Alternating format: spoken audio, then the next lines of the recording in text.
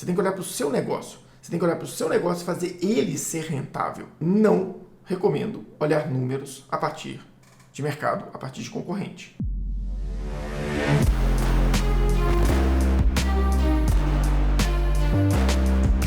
Essa semana eu recebi 2 vezes o mesmo vídeo. Um vídeo intrigante sobre como mudar a capacidade de rentabilidade de um produto mudando somente a embalagem. Dá uma olhada no vídeo. O tamanho da embalagem e o formato da embalagem fazem uma grande diferença para determinar a rentabilidade. Por quanto vocês vendem isso?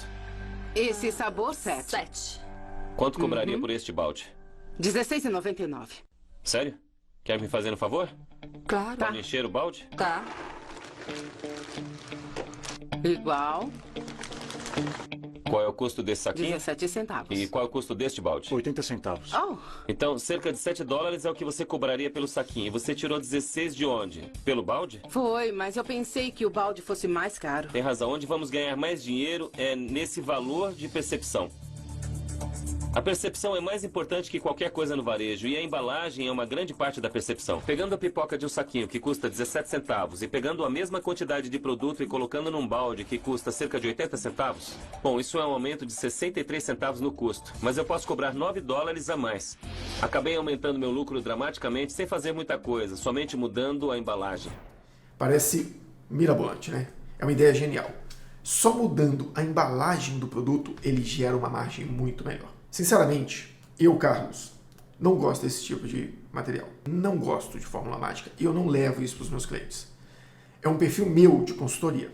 A minha consultoria é técnica e eu gosto de destrinchar os números. E nesse vídeo, assim como um outro material que eu recebi essa semana, uma outra pergunta, né, de um cliente que eu recebi essa semana, eu vejo que às vezes os consultores querem trazer números mágicos de mercado porque isso encanta os clientes. Essa semana eu fechei um contrato para uma consultoria que a gente vai iniciar aí daqui a uns 15 dias, que o cliente me perguntou durante o processo, ele me falou a seguinte frase: Carlos, eu quero que você venha aqui e me ajude a analisar meus números. Me ensina a analisar meus números e eu preciso que você traga para mim visões de quanto, no máximo, eu posso ter de custo de logística em relação ao mercado. Quanto que eu posso gastar no máximo em custo de mercadoria vendida em relação ao mercado. E na hora que ele me passou essa informação, eu realmente pensei como posicionar melhor ali, mas é o meu modus operandi, eu não mudo isso. Eu tratei da forma que eu trato todas as vezes que um cliente me pede um número mágico. Eu respondi: eu não acredito nisso. Eu não acredito em números de mercado. Eu acredito em análise técnica da sua empresa. Quando você olha para o número de mercado, se você não estiver no mercado de commodity, se você não estiver no mercado extremamente concorrido, grande, onde uma empresa está tentando comer a outra na margem, no detalhe, no centavo, se você ficar olhando para números de mercado, você deixa de olhar para os seus números. O que responde quanto você pode gastar em logística é a sua DRE, não a DRE do seu concorrente. Você tem que olhar para o seu negócio. Você tem que olhar para o seu negócio e fazer ele ser rentável. Depois você passa a comparar com um dos concorrentes, ou um market share de mercado, alguma coisa do tipo, para você avaliar o nível de performance, de capacidade, de otimização que você tem de custos. Não recomendo olhar números a partir de mercado, a partir de concorrente. O número de mercado que eu olho é preço de venda. É o quanto o mercado está disposto a pagar. E quando você faz algum diferencial, você pode mudar isso. Mas não é mágico também fazer esse diferencial, igual esse cara falou. Porque você pega lá, vamos destrinchar esses números para a gente poder ver. Eu pego aqui o seguinte cenário. Eu tinha um produto que eu vendia a R$7. Eu passei a vender $7, né? A $17, mudando o balde. O balde custava... o saco de pipoca custava 17 centavos e passou a custar 80 centavos. Então, com um aumento de 63 centavos no custo da mercadoria, eu gerei uma margem a mais, né? Se a gente pegar a diferença aqui, $10 menos o 0,63, eu passei a gerar 9,37. Ó, desculpa minha letra, tá, gente? Ela é feia mesmo. 9,37 centavos, $9,37 de margem. Ok, margem legal, crescimento bacana. Mas quando você olha só esses números, parece uma coisa mirabolante, parece uma coisa de outro mundo. Mas não é por aqui que as coisas funcionam. Não é dessa forma que uma empresa deve ser gerida.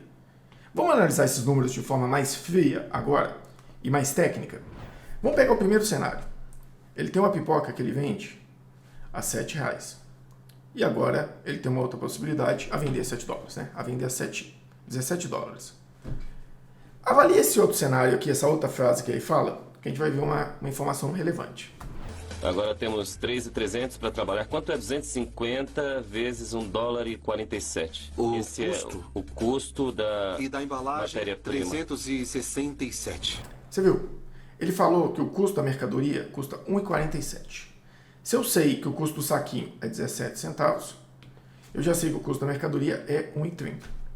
Então, nesse cenário aqui, eu tenho $1,30 de custo, mais 17 centavos de embalagem.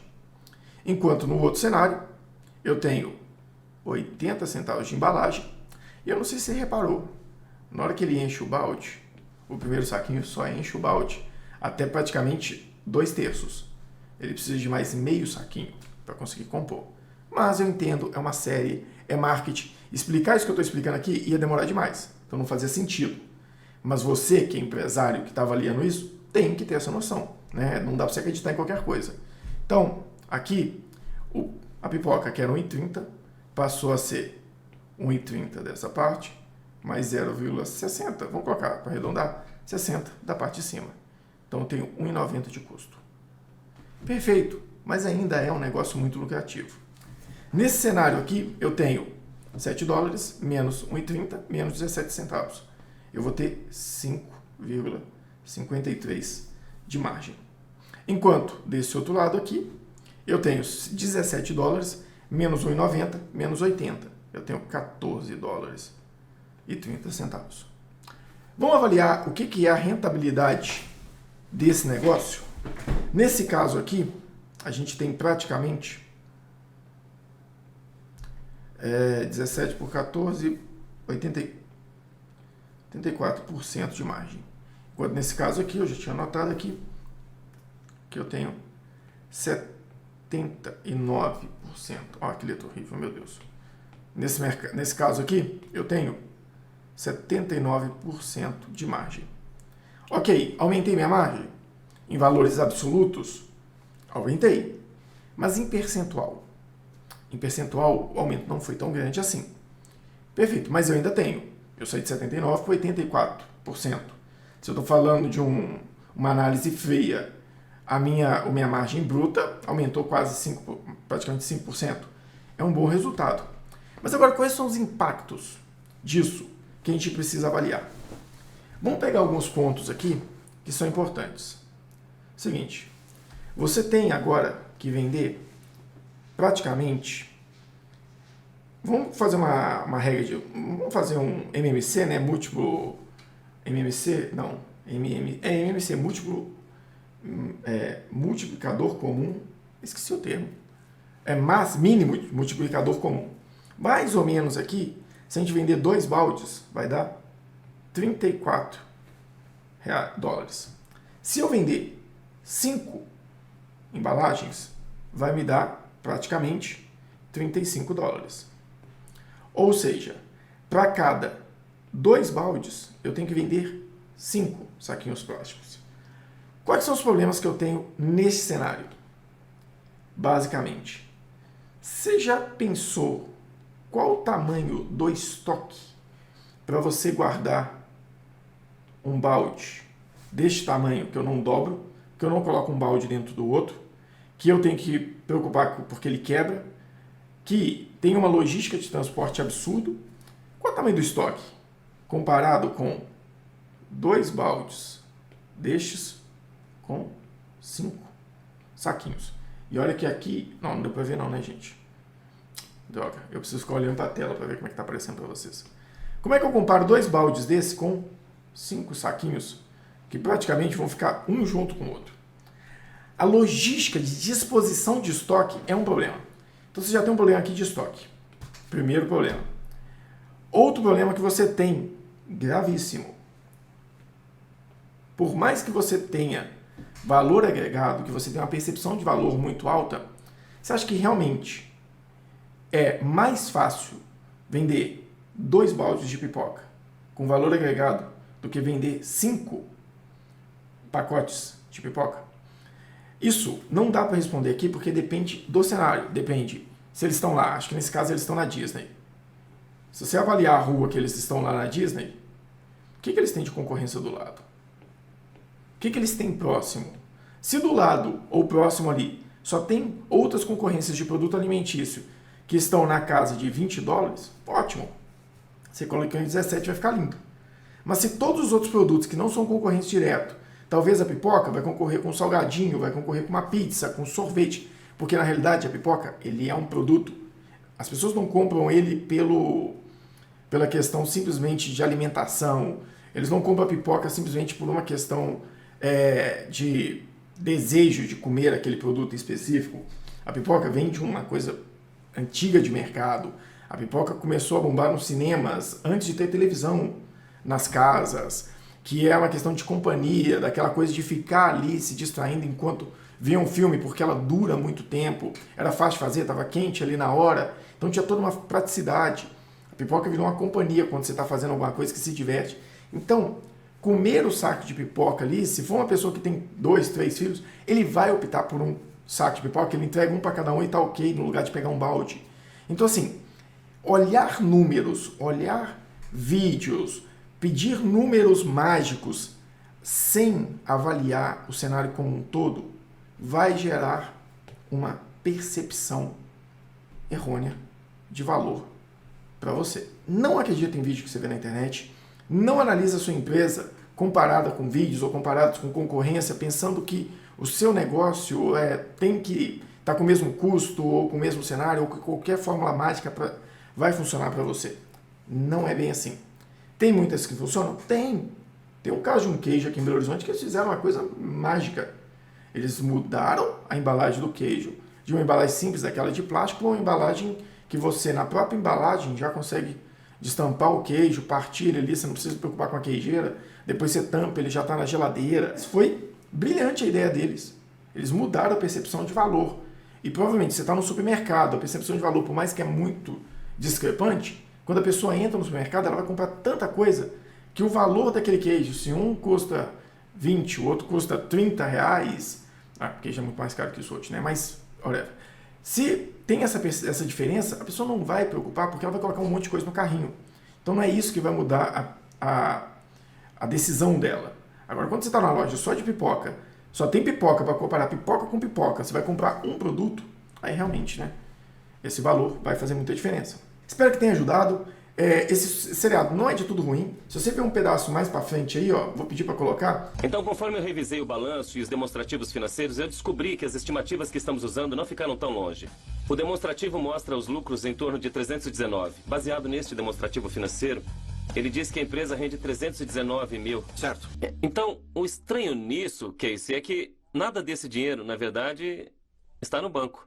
Uhum. Então, o que eu quero entender é para onde foram os 319. Porque eles não aparecem em dinheiro. Eles não aparecem em ativos adicionais. E eles não aparecem numa redução dos passivos. Há 319 mil dólares no demonstrativo financeiro e não há dinheiro nenhum no banco. Não é preciso ser um gênio da matemática. Olha pra você ver. Ele fala de DRE, ele fala do impacto da DRE no patrimônio da empresa. Então a gente está falando ali de balanço. Então, esse seriado tem alguns conteúdos bem legais e tem informações relevantes. A questão é não levar tudo ao pé da letra, entender que isso tem toda uma questão de marketing por trás, então é para chamar atenção. Então, os números não vão estar corretos, não vai ter uma análise muito assertiva, até porque vocês não perderiam tempo, não assistiriam, ia achar chato, ia deixar de chamar atenção. Se o cara trouxesse esses detalhes que eu trago aqui. Nesse caso, pensando, meu conteúdo é chato, né, em relação dele. Mas, isso aqui é só para trazer uma percepção para vocês, trazer esse conteúdo que eu achei que era legal, podia ser uma coisa de qualidade e, principalmente, poder estrear com vocês aqui essa descoberta que eu fiz, que agora eu escrevo na tela. É sempre procurando formas de agregar mais valor, chamar mais sua atenção para você focar nesse conteúdo e entender que contabilidade é, de fato, a melhor ferramenta de gestão estratégica que tem no mercado. Eu vou ficando por aqui, espero que vocês gostem. Compartilhe esse vídeo, passa para os seus amigos, passa para aquele empresário que talvez já tenha mandado um vídeo de fórmula mágica para você. Usa com seus clientes Use e abusa para a gente poder levar para mais pessoas essa ideia que gestão, planejamento está sempre ligado a muita contabilidade estratégica. Eu fico por aqui, sou o Carlos Pires. Até mais.